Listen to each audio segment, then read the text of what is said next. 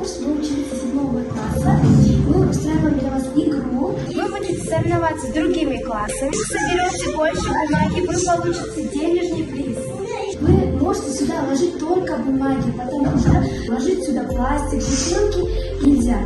Из ваших черновиков или оставшийся мусор, да, мы можем это ложить в эту коробку. Мусор заходят старые газеты или старые тетради, которыми уже не пользуетесь. Вам нельзя выбрасывать такие обложки книг или что-то пластиковое. Огрызки тоже нельзя. Давайте поиграем.